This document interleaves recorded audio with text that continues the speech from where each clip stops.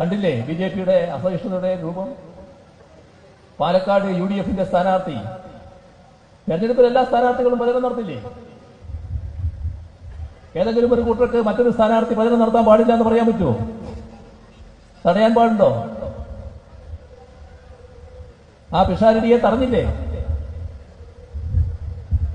ആക്രമിക്കാൻ ശ്രമിച്ചില്ലേ? ആക്രമണം ബിജെപിയുടെ സ്വതവേയുള്ള ലൈനാണല്ലോ.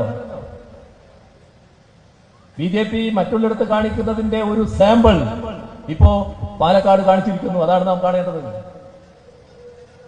ഞങ്ങൾക്ക് ആ കാര്യത്തിലൊന്നും വ്യത്യസ്തതയില്ല. ഞങ്ങള് കോൺഗ്രസിനെയും UDFനെയും ശക്തമായി നേരിടുന്നവർ തന്നെയാണ്. പക്ഷേ ജനാധിപത്യ വ്യവസ്ഥയിൽ ജനാധിപത്യ മര്യാദ പുലർന്നു പോകണം. തെരഞ്ഞെടുപ്പിൽ പ്രചരണം നടത്താൻ എല്ലാവർക്കും അവകാശമുണ്ട്. ആ അവകാശം ഹനിക്കുന്നതിനോട് ഞങ്ങൾക്ക് യോജിപ്പില്ല.